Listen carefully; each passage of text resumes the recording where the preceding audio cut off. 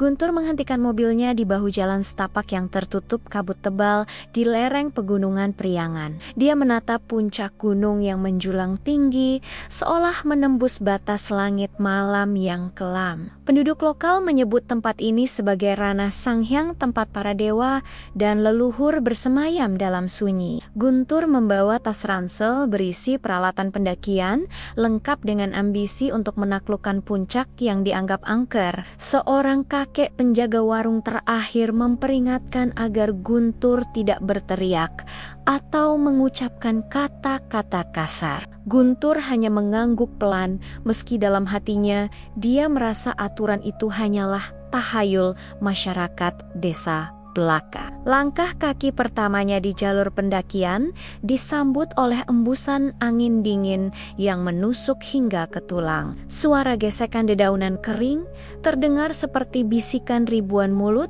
yang sedang membicarakan kedatangannya. Guntur menyalakan lampu kepala yang membelah kegelapan hutan rimba dengan cahaya putih yang tajam. Dia menemukan sebuah batu besar berbentuk menyerupai kepala manusia yang tertutup lumut hijau pekat. Guntur duduk di atas batu itu sambil meminum air tanpa menyadari ada simbol kuno yang tertutup lumut di bawahnya. Secara tidak sengaja, dia meludahi tanah di samping batu suci itu karena merasa tenggorokannya gatal. Mendadak suara hutan yang tadinya bising oleh serangga menjadi senyap, seolah nyawa hutan telah dicabut paksa. Lampu kepalanya mulai berkedip-kedip tidak stabil, sebelum akhirnya padam sepenuhnya dalam kegelapan total. Guntur meraba-raba mencari ponsel, namun dia merasa ada tangan dingin yang menyentuh tengkuk lehernya.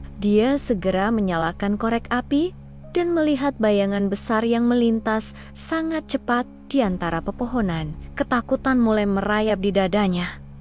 Saat dia menyadari jalur pendakian yang tadi dilalui kini telah hilang. Dia berjalan tanpa arah sambil terus memanggil nama teman-teman pendaki lain yang seharusnya berada di belakang. Hanya suara gema, suaranya sendiri yang kembali terdengar dengan nada yang lebih berat dan menyeramkan. Guntur menemukan sebuah gerbang kayu tua yang sudah lapuk berdiri kokoh di tengah hutan belantara. Di balik gerbang itu terdapat sebuah perkampungan kuno dengan rumah-rumah panggung yang nampak tak berpenghuni. Asap tipis keluar dari sela-sela atap rumbia meski tidak ada tanda-tanda aktivitas manusia di sana. Guntur mendekati salah satu rumah dan mencium bau kemenyan yang sangat kuat dan menyesakkan dada. Dia melihat sesosok wanita berpakaian kebaya kuning sedang duduk membelakanginya di teras rumah panggung. Wanita itu menyisir rambutnya yang sangat panjang hingga menyentuh lantai kayu yang sudah menghitam. Guntur bertanya tentang arah jalan pulang, namun wanita itu hanya menjawab dengan tawa kecil yang melengking. Saat wanita itu menoleh, wajahnya rata tanpa mata maupun mulut, sehingga Guntur berteriak histeris. Dia berlari sekuat tenaga menembus semak belukar tanpa mempedulikan duri-duri yang menyayat kulitnya. Guntur terjatuh ke dalam sebuah lubang besar yang ternyata adalah komplek pemakaman tua tanpa nisan. Di sana dia melihat ribuan pasang mata merah yang menatapnya dari balik kegelapan lubang yang dalam. Suara tetabuhan kendang terdengar berirama dari puncak gunung, seolah sedang ada upacara besar dimulai. Tubuh Guntur terasa sangat berat, seolah ada beban ribuan ton yang menindih kedua bahunya secara mendadak. Dia melihat bayangan sosok raksasa dengan tanduk menjulang tinggi berdiri di atas tebing batu yang curam. Sosok itu adalah Sang Hyang penjaga gunung yang merasa terusik oleh kehadiran manusia yang tidak beradab. Guntur mencoba meminta maaf, namun suaranya hilang, seolah dicuri oleh sang penguasa pegunungan tersebut. Dia dipaksa melihat visi tentang kehancuran alam yang disebabkan oleh keserakahan manusia manusia modern. Pohon-pohon besar yang ditebang secara liar berubah menjadi monster yang mengejar jiwa-jiwa berdosa. Guntur merangkak keluar dari lubang makam dengan sisa tenaga yang masih ada di tubuhnya yang lemah. Dia menemukan sebuah aliran sungai kecil yang airnya berwarna merah kental, menyerupai darah segar. Saat dia mencoba membasuh muka, air sungai itu berubah menjadi ribuan ulat yang menggeliat di tangannya. Guntur berteriak meminta tolong kepada Tuhan, namun hanya suara tawa gaib yang menyahuti rintihannya. Dia menyadari bahwa dia telah melanggar aturan-aturan gaib yang menjaga keseimbangan pegunungan Priangan. Sosok Sang Hyang itu turun dari tebing dan berdiri tepat di hadapan Guntur dengan aura yang sangat panas. Guntur merasa kulitnya seperti terbakar meski udara di sekitarnya sebenarnya sangat dingin dan membeku. Sang Hyang itu berkata bahwa setiap jengkal tanah di sini adalah tubuh para leluhur yang harus dihormati. Guntur bersujud serendah mungkin hingga dahinya menyentuh tanah yang kini terasa berdenyut seperti jantung. Dia berjanji akan menjadi penjaga cerita ini agar tidak ada lagi yang berani merusak kesucian gunung. Sang Hyang itu memberikan sebuah peringatan terakhir dalam bentuk simbol yang terukir di telapak tangan Guntur. Guntur mendadak merasa pusing yang luar biasa hingga dia jatuh pingsan di tengah hutan yang gelap. Dia terbangun saat matahari pagi mulai menembus celah-celah pepohonan dengan cahaya yang sangat hangat. Guntur menemukan dirinya berada di pinggir jalan raya tempat dia pertama kali memarkirkan mobilnya. Mobilnya nampak sangat kusam,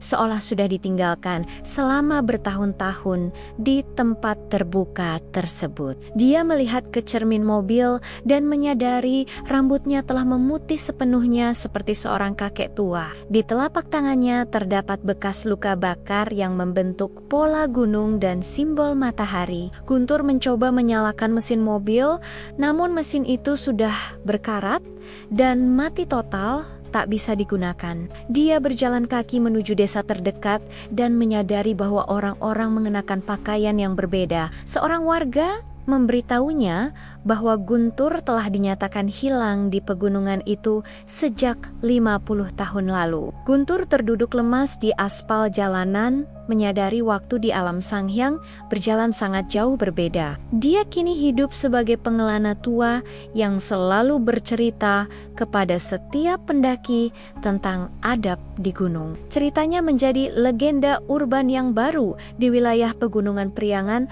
untuk mengingatkan para anak muda. Guntur sering terlihat duduk diam menatap puncak gunung sambil menggumamkan doa-doa keselamatan bagi alam. Dia tidak pernah lagi berani menginjakkan kaki ke jalur pendakian itu meski hanya satu langkah saja. Luka bakar di tangannya akan berdenyut setiap kali ada orang yang merusak pohon di hutan tersebut. Guntur menjadi radar gaib yang merasakan setiap luka yang dialami oleh bumi pertiwi di Jawa Barat. Suatu malam dia melihat cahaya biru terang turun dari puncak gunung menuju ke arah gubuk kecilnya. Seorang anak kecil berpakaian adat Sunda kuno datang membawakan pesan dari sang penguasa pegunungan. Pesan itu berisi tentang masa depan pegunungan yang akan semakin terancam oleh bangunan beton. Guntur menangis karena dia merasa tidak punya kekuatan besar untuk menghentikan laju modernisasi tersebut. Anak kecil itu menghilang menjadi butiran cahaya setelah meninggalkan sebuah tongkat kayu jati yang kuat. Tongkat itu memberikan kekuatan pada Guntur untuk tetap hidup lama demi menjaga pesan-pesan suci tersebut. Setiap pendaki yang berniat jahat akan mendadak tersesat jika bertemu dengan kakek tua pemegang tongkat itu. Guntur secara gaib akan mengarahkan mereka kembali ke bawah sebelum mereka sempat merusak alam lebih jauh. Mitos tentang kakek penjaga Sang Hyang pun mulai menyebar dari mulut ke mulut di kalangan pecinta alam. Beberapa orang menganggapnya hantu, namun sebagian lagi menganggapnya sebagai malaikat penjaga hutan rimba. Guntur tidak peduli dengan sebutan itu selama pegunungan Priangan tetap lestari dan terjaga kesuciannya. Suatu hari sekelompok kontraktor besar datang dengan alat-alat berat untuk mengeruk hasil bumi di sana. Guntur berdiri di tengah jalan sambil menancapkan tongkat kayunya ke dalam tanah yang mulai bergetar. Mendadak langit yang cerah berubah menjadi gelap gulita dengan kilat yang menyambar-nyambar tanpa henti. Alat-alat berat itu tiba-tiba berhenti berfungsi, seolah mesin-mesinnya disumbat oleh akar-akar raksasa. Para pekerja lari kocar-kacir, ketakutan melihat bayangan maung raksasa muncul dari balik kabut pegunungan. Guntur hanya berdiri diam sambil memejamkan mata, membacakan mantra-mantra kuno penolak bala yang dia pelajari. Tanah di bawah kaki para kontraktor itu terbelah menciptakan peringatan nyata tentang murka Sang Pencipta. Proyek pembangunan itu akhirnya dibatalkan karena kejadian-kejadian aneh yang tidak bisa dijelaskan secara nalar. Guntur tersenyum tipis merasakan kemenangan kecil untuk alam yang selama ini selalu dikalahkan manusia. Dia kembali ke gubuknya dan mendapati meja kayu miliknya sudah tersedia buah-buahan hutan yang segar. Itu adalah tanda terima kasih dari para penghuni gaib pegunungan atas kesetiaan yang diperlihatkan Guntur. Kini Guntur sudah tidak lagi merasa takut pada sosok Sang Hyang maupun wanita tanpa wajah di hutan itu. Dia menyadari bahwa ketakutan hanya muncul dari rasa bersalah manusia yang telah mengkhianati alamnya sendiri. Guntur menghabiskan masa tuanya dengan menuliskan setiap aturan gaib pegunungan di atas lembaran daun lontar. Dia berharap suatu saat nanti ada generasi muda yang mau membaca dan meneruskan tugas beratnya tersebut. Pegunungan Priangan tetap berdiri dengan megah, menyimpan sejuta rahasia gelap bagi mereka yang menantang. Namun pegunungan itu akan memberikan ketenangan luar biasa bagi mereka yang datang dengan kerendahan hati. Setiap malam bulan purnama,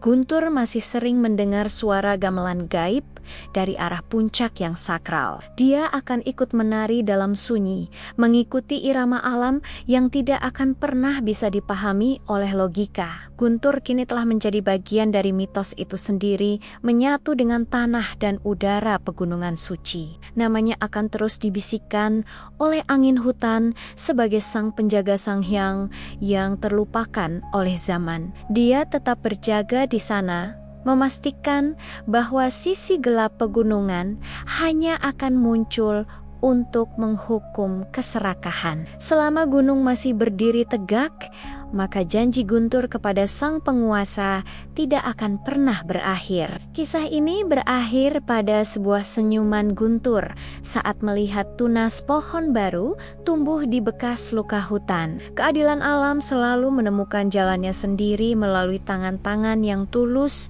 mencintai kebenaran tradisi.